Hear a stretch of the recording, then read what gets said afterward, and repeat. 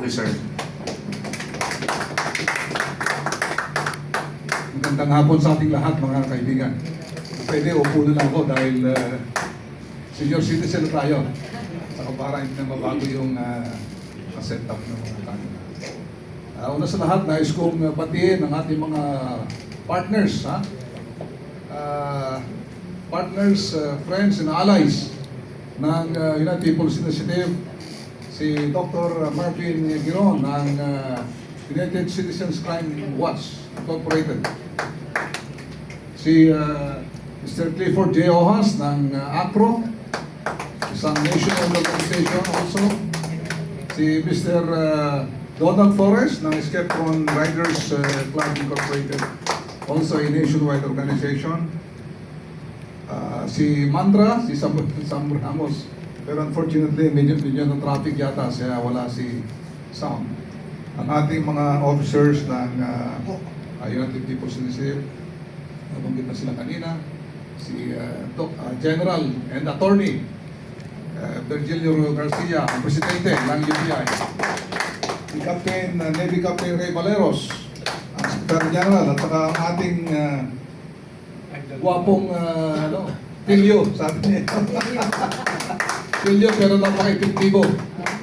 Attorney Harold Respicio, ang chairman ng UPI sa Luzon. Of course, si Colonel Galang, si Mark, ang ating mga ang chairman ng UPI sa Mindanao, si Datu Benji Andong, si Datu Alang Ismael, ang Muslim Affairs, ang mga iba pang kasama natin, at huwag na nating si Colonel June Garcia, saka si Bert Gonzaga, ang ating mga magigiting na leaders sa Mindanao.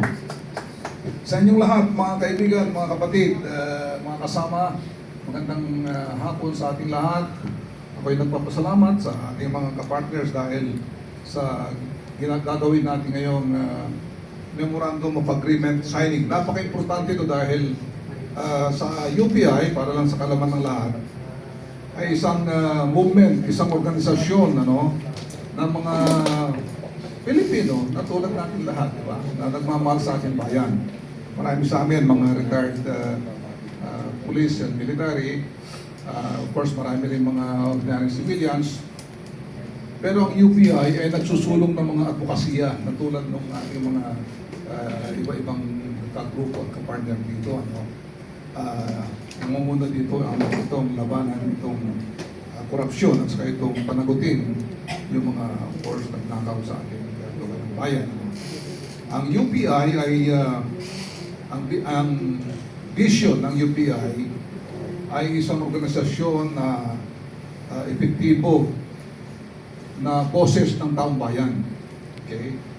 At isang nangungunang puwersa para isulong yung mga reforma at pagbabago sa bansa natin, ang unity, pagkakaisa, sa pamamagitan ng sovereign will of the people.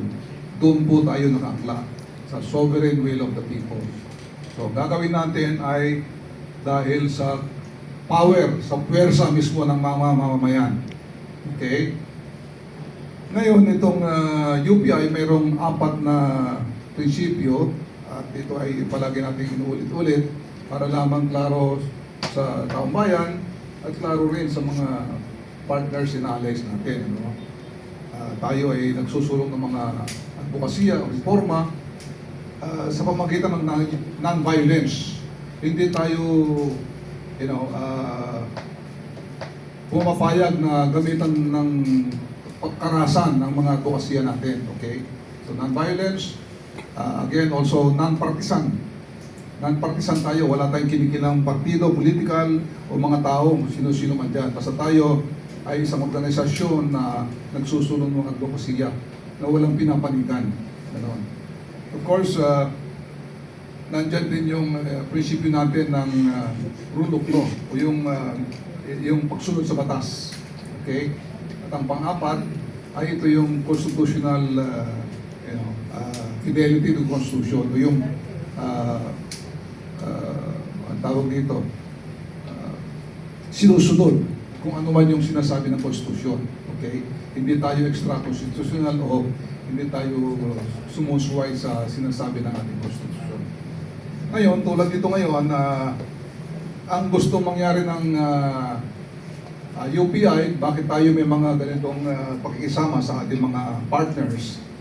Dahil ang sinasabi sa batas, para maging magawa natin gusto natin, kunwari, ang United People's Initiative sa pamamagitan ng People's Initiative na batas o law, ay pwedeng magsulong ng mga pagbabago sa batas o pag-craft o paggawa ng sariling batas o bagong batas. Kailangan lang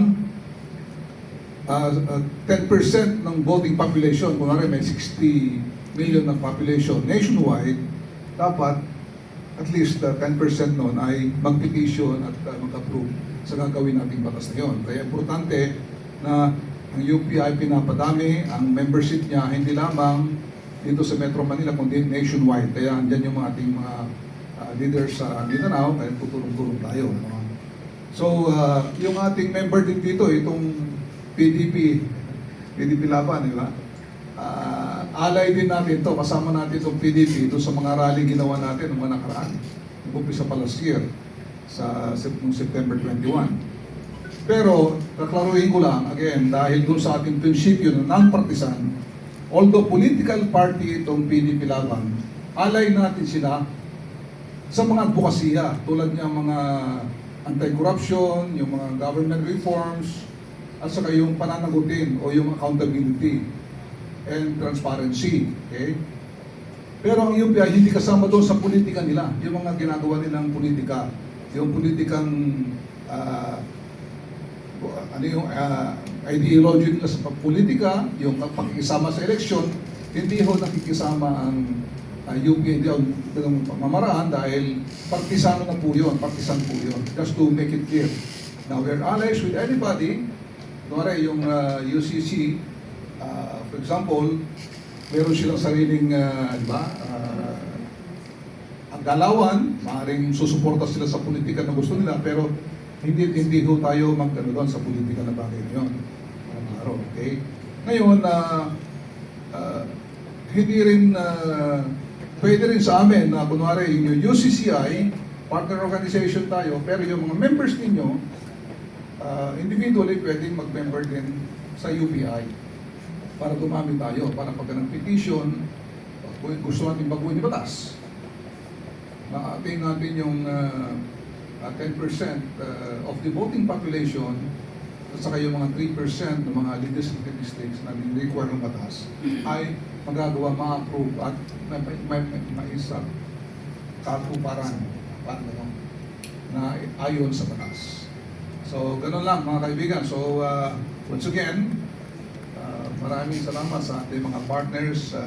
Mamaya magpipirmahan tayo dito to make the alliance formal and binding. Makakaasa kayo na magtutulungan tayo. Okay? Marami tayong nagawa sa bansa natin. Okay?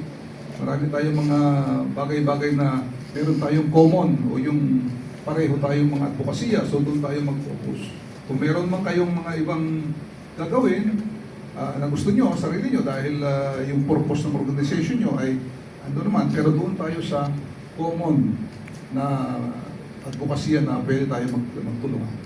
So, muli, salamat sa inyo lahat. Thank you.